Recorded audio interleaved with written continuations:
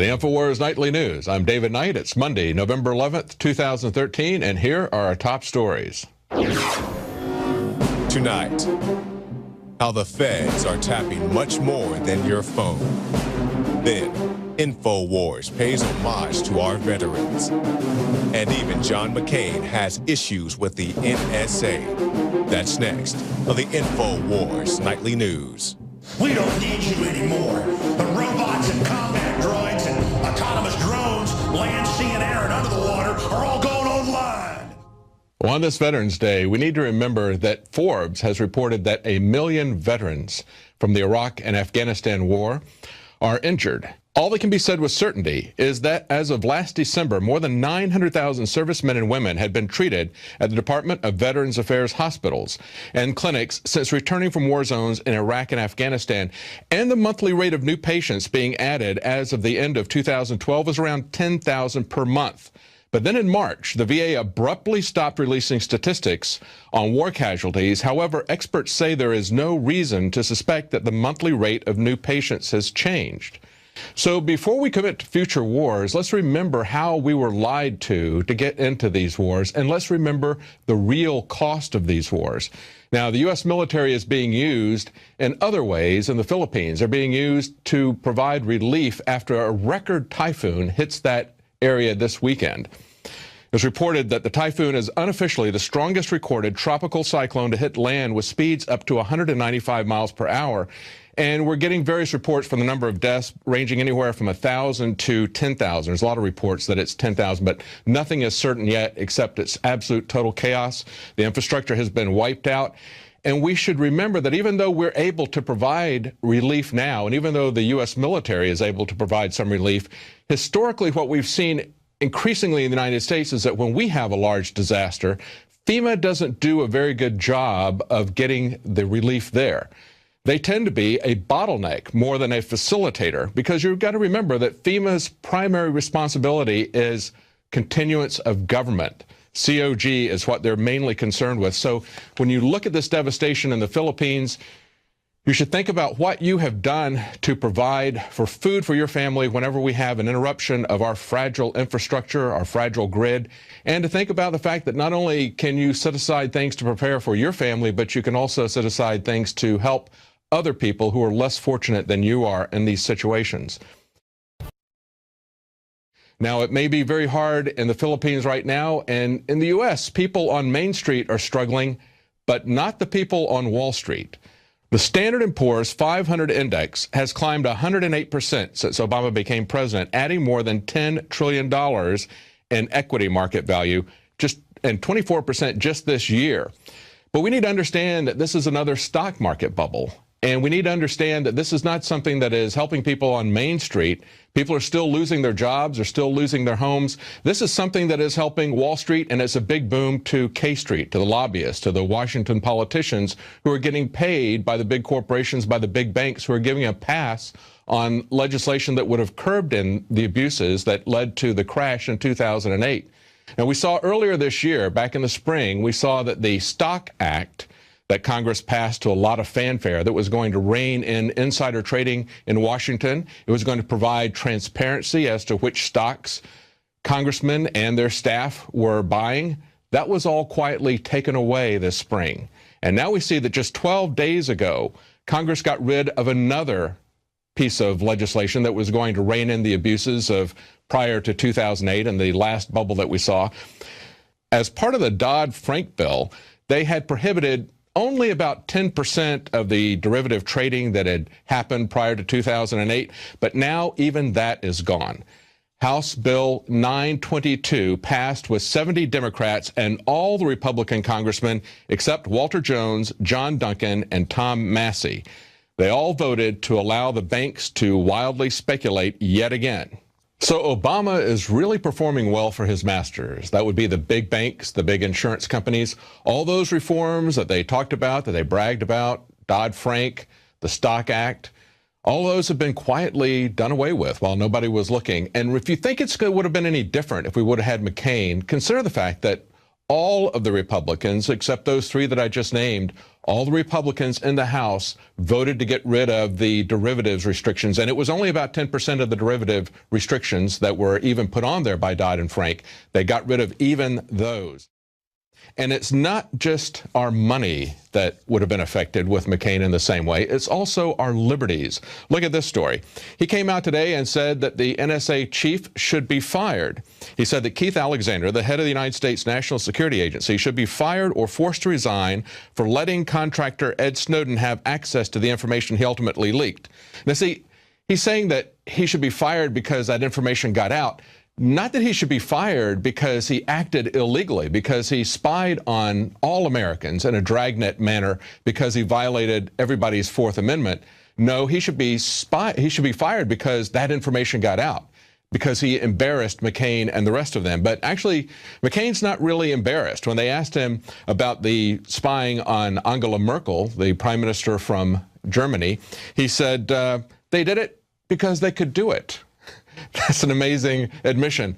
There's not any controlling legal authority on them. It's just if they've got the capability to do it, they do it. He pointed out these are people with enhanced capabilities that they've developed over the last decade or so. And so they were sitting around and said, we can do it. So they just did it, said the senator. And obviously he doesn't have any problem with that. He only has a problem with the fact that we found out about it. And then of Snowden in Russia, he said, it's a slap in the face of all Americans. Now is a time to fundamentally rethink our relationship with Putin's Russia.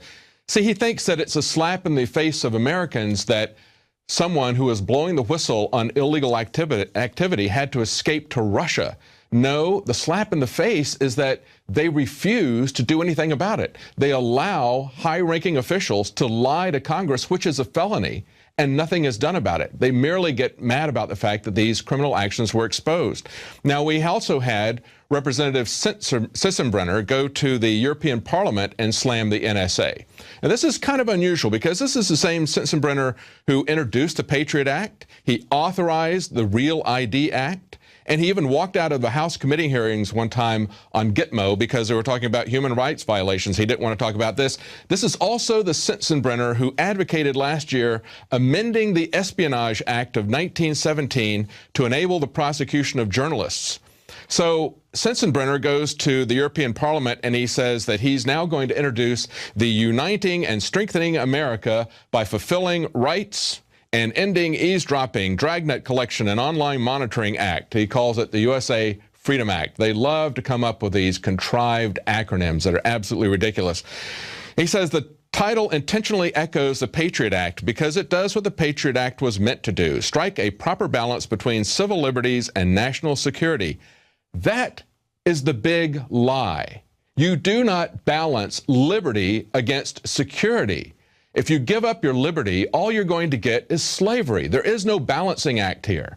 And this is from the same person who has given us nothing but encroachments, massive encroachments on our civil liberties, destroying the Constitution. And now he's got some act that he claims is going to get everything back in some kind of a phony balance.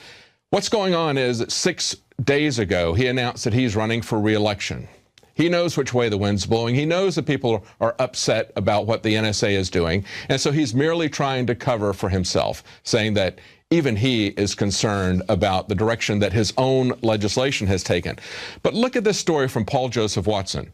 The feds are now deploying a national spy system of microphones capable of recording conversations. He says the revelations of Ed Snowden shone fresh light on NSA spying targeting the American people, but what has gone largely unnoticed is the fact that a network of different spy systems, which can record real-time conversations in public, are already in place throughout many urban areas of the U.S., as well as in technology products that we buy and use on a regular basis. They're no secret, but they are hiding in plain view. Now, if you remember back to the video that we've referred to many times and we showed many times here at InfoWars, the one where Tom Mabe, the comedian, went around and he had headphones, he had a boom mic and a wire so that it looked like he was recording. He's dressed up like a Secret Service agent in a black suit with black sunglasses. But they're actually doing it the same way that Tom Mabe did in his comedy skit. The only difference is you don't see a man there. And the only difference is that the technology is much better than one man standing over the two of you with a microphone. Well, coming up right after the break, we've got more on Veterans Day, and the Obamacare scandals keep piling up. Stay tuned.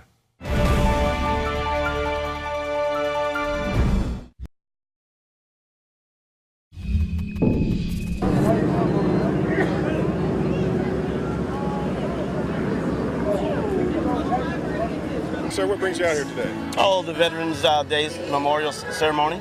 And you serve? Yes, I do. I still currently serve. Okay, you serve in the Texas Army National Guard, part of the Texas Military Forces. Well, I'm a veteran and I'm participating in the parade, and I'm going to present the wreath to the unknown veterans. And do you have any firearms with you today, sir? Oh, no, I don't have any with me today. Okay. Didn't need any today. Yeah, you didn't need them today. All right, what do you think about all the recent gun legislation? You know, we've had the tax at the schools and the malls, and a lot of people are trying to take the guns away. Do you think that's a good thing to take the guns away? No, I sure don't. I fully believe in the Second Amendment. Now, there's been a lot of talk in the news about firearms and why we need essentially assault weapons. Do you agree that we need to ban assault weapons? I agree that every person should be entitled to carry whatever weapon he wants. This is a law. It's basically a disposable bazooka. Disposable bazooka? Yeah, when they phased out the 3.5 rocket, which was the bazooka that carried in Nam, we actually started using these. I've seen reports about people in the military not being able to observe their faith rights being suppressed. I don't think it's okay. I think people should be given the opportunity to practice their religion, as long as it doesn't offend other people or other religions. Oh, yeah, they should. They should be able to observe their own faith, no matter what religion it is, because this is a free country.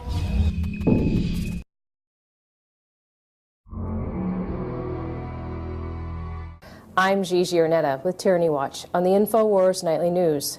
Well, over the last few days, 3 20-year-olds built a website much like healthcare.gov. You can actually log on to it and find out how much health insurance will cost you. On the website, you'll see that the insurance purchaser can decide if they want to buy. And if they do, the information on how to do it is available right there on healthsherpa.com. Don't worry, if Obamacare collapses, guess who pays for it? Last week on the Incidental Economist blog, Adriana McIntyre explained a provision buried in the healthcare law called the risk corridor. It's one of Obamacare's 3 R's, along with reinsurance and risk adjustment, that are intended to protect insurers, especially in Obamacare's first 3 years. Risk adjustment and reinsurance both require profitable health plans to share risk with unprofitable ones. In the event of a widespread failure, taxpayers potentially face a multi-billion-dollar bailout of health insurers. And Kathleen Sebelius is in the hot seat again. On Wednesday, they start the hearings in which she's going to continue testifying, and 2 scandals may actually come up. The first one is Enroll America. You may have heard of it. First, federal law prohibits governmental regulators, such as HHS, from soliciting funds from entities that they regulate. Sebelius claims she did not solicit from these HHS-regulated groups, but admits to contacting them and talking to them about Enroll America. And for scandal number 2, you may have heard the name Anthony Welters. He's a huge Obama donor and a regular at the White House. He's also the executive vice president of a company named United Health Group. He's already made millions from Obamacare because United Health Group owns QSSI, a software company responsible for a large portion of healthcare.gov. There's also something called an anti-kickback law, which Sebelius seems to think that Welters is immune to. Sign up for PrisonPlanet.tv today and give your username and password to up to 10 people. Kathleen Sebelius will be answering questions about these scandals and other things this week as she continues to explain her management of Obamacare.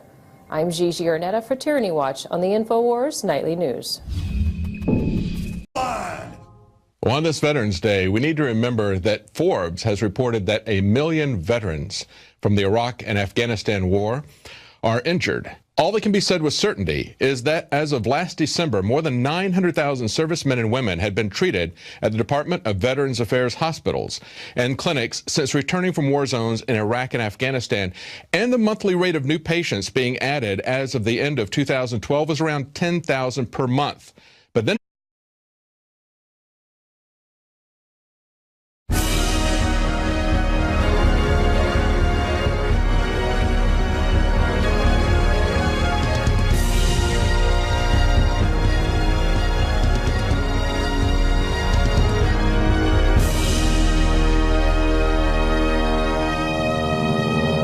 Welcome to the InfoWars Nightly News. I'm David Knight. It's Monday, November 11th, 2013, and here are our top stories. Tonight, how the feds are tapping much more than your phone. Then, InfoWars pays homage to our veterans. And even John McCain has issues with the NSA. That's next on the InfoWars Nightly News. We don't need you anymore. The robots and combat droids and autonomous drones, land, sea, and air, and under the water are all going on. In March, the VA abruptly stopped releasing statistics on war casualties. However, experts say there is no reason to suspect that the monthly rate of new patients has changed. So before we commit to future wars, let's remember how we were lied to get into these wars, and let's remember the real cost of these wars. Now, the U.S. military is being used in other ways in the Philippines. They're being used to provide relief after a record typhoon hits that area this weekend. It was reported that the typhoon is unofficially the strongest recorded tropical cyclone to hit land with speeds up to 195 miles per hour. And we're getting various reports from the number of deaths ranging anywhere from 1,000 to 10,000. There's a lot of reports that it's 10,000, but nothing is certain yet except it's absolute total chaos. The infrastructure has been wiped out. And we should remember that even though we're able to provide relief now, and even though the U.S. military is able to provide some relief, historically what